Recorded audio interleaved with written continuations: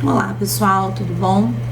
Então, hoje nós vamos começar a falar sobre o reino protista, parte 1. Vamos falar das algas. Referente à unidade 4. Bem, eu fiz um resuminho sobre o reino protista em si, tá bom? Vamos lembrar o seguinte: todos os seres do reino protista são eucariontes, tá? Sendo que nem todos são unicelulares. Existem alguns que também são pluricelulares.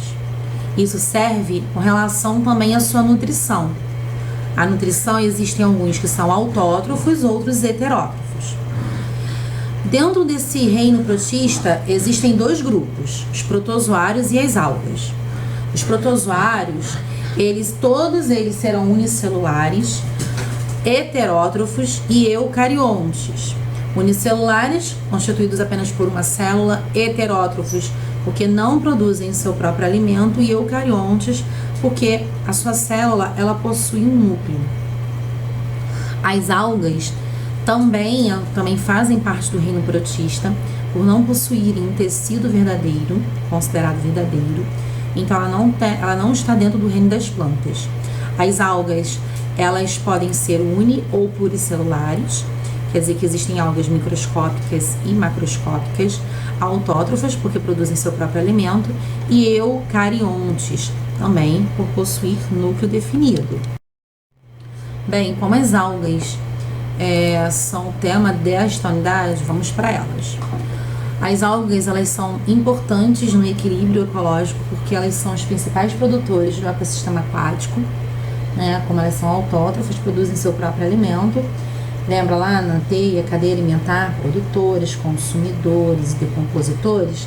Então, as algas são os produtores e os principais que nós temos no ecossistema aquático. Além disso, 70% da fotossíntese realizada no planeta é feito pelas algas. Então, elas são as principais responsáveis pela liberação de gás oxigênio que existe aqui no nosso planeta. O primeiro grupo de algas que vamos ver aqui são o grupo das clorófitas. As clorófitas, né, pelo estudo da evolução, talvez tenham sido as primeiras algas que deram, no caso foram as algas, né, que deram origem aos primeiros grupos de plantas, né, os grupos mais simples que existem. Falando sobre elas são organismos clorofilados, quer dizer que possuem clorofila. Todas as outras que nós vamos ver, né, com o passar do slide, também são clorofiladas, só que a quantidade de clorofila ela, pode variar e a coloração ela vai também mudar porque elas possuem outros tipos de pigmentos, ok? A clorófita tem aqui, elas podem ser uni ou pluricelulares e elas, né, são bem distribuídas no ambiente aquático.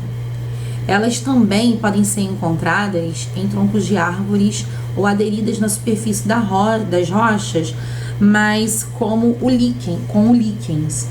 Líquens são união de fungos e algas. No caso, as algas, então, que estão ali com aqueles fungos, são as clorófitas. O próximo grupo de algas são as euglenófitas. As euglenófitas, elas são constituídas por flagelos, tá? E dentro, no caso delas, existe uma estrutura chamada estigma. O estigma é uma estrutura que permite que as euglenas, elas se orientem pela luz, se estiver favorável aí para a realização da fotossíntese. Elas são unicelulares, né, como já foi dita. Elas são autótrofas, tá? Mas elas só são autótrofas quando as condições elas são favoráveis. Se a luminosidade ela estiver atravessando a água com facilidade. Por isso, as euglenófitas, elas são ótimas indicadoras de poluição.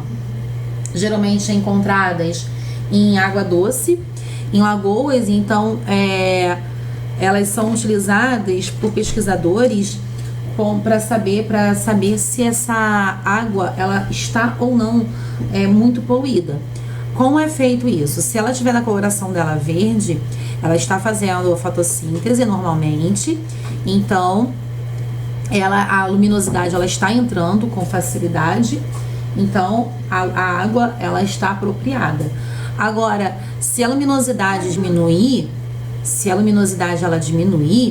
ela para de fazer fotossíntese e perde a coloração esverdeada e fica amarronzada, fazendo então o que? Ela vira heterótrofa e começa a se alimentar de nutrientes que estão no ambiente. O próximo filo que nós vamos ver são das Bacillariophyta. Os representantes desse grupo são as diatomáceas. Elas também são unicelulares, elas podem viver livres ou viver em colônia. Elas são algas que possuem uma carapaça feita, né, no caso de sílica. Ela é enrijecida, tá ok? Elas não possuem, no caso, uma parede celular feita de celulose, como os restantes das algas, né? Mas elas possuem essa carapaça para dar um formato e protegê-la, ok? Elas têm formatos diferenciados, elas têm um aspecto brilhante, e quando elas morrem, elas se depositam no fundo do mar, formando o que é chamado de terras de diatomáceas ou de atomitos. E esse material, ele é usado na fabricação de filtros, isolantes térmicos, até mesmo o amianto, tá? O próximo grupo, no caso, o próximo filo, não, são das crisófitas. As crisófitas, elas têm um aspecto dourado, elas são algas douradas, ok? Elas são organismos unicelulares, podem viver livres ou em colônias. Lembrando também que são autótrofas, produzem seu próprio alimento, tendo algumas espécies mais filamentosas, como essa da imagem aí que eu coloquei para vocês. O próximo são faeófita. As feófitas, no caso, ou algas pardas, tá? Elas são algas multicelulares ou pluricelulares. Elas conseguem medir até 60 metros de comprimento. O comprimento elas podem variar, tá? De 60, 70, mas elas são algas que têm um grande comprimento. Elas são conhecidas como kelpis, ok? E são ficam fixas no fundo do oceano, né? No fundo do mar. E servem, né, como caso de proteção e habitat para muitas as rodófitas, né, ou algas vermelhas, elas têm alto teor de vitamina C, elas são utilizadas na culinária, né, na culinária oriental, na preparação dos sushis. Nós podemos obter dela também o agar, ou agar-agar, que é uma substância gelatinosa que é utilizada aí pela indústria farmacêutica, também na fabricação de cola, ok? Ela tem uma grande importância também para o oceano. As pirrófitas, né, também conhecidas, mas são chamadas também de dinoflagelados, elas são unicelulares, ok? E quando não existe pigmentos fotossintéticos, quer dizer, quando não existe aí nela a clorofila, elas começam a se alimentar de outras células. Os dinoflagelados, eles também são responsáveis pela maré vermelha. Quando o ambiente tem uma grande quantidade de matéria orgânica, elas podem começar a se proliferar, formar esse fenômeno maré vermelha, que é extremamente tóxico para os seres vivos que vivem ali, causando muitas mortes, ok? Essa imagem aí que eu trouxe foram duas imagens da questão da maré vermelha, né? A maré vermelha é extremamente tóxica, causa uma mortalidade muito grande de peixes e outros animais marinhos. A sobre-reprodução delas, né? As algas, elas podem ser reproduzidas de duas formas, de forma assexuada e sexuada. A assexuada é quando uma célula ela vai e se divide, né, através de mitose, fazendo a sua divisão. Ela acontece, as formas mais comuns elas acontecem geralmente nas unicelulares. Existe um outro tipo de reprodução assexuada, que é chamada de zoosporia. Como você vê aqui na imagem, é como se um filamento aqui adulto, uma alga adulta, pluricelular, estão vendo que ela constitui mais de uma célula. Ela forma, no caso, zoósporos, né?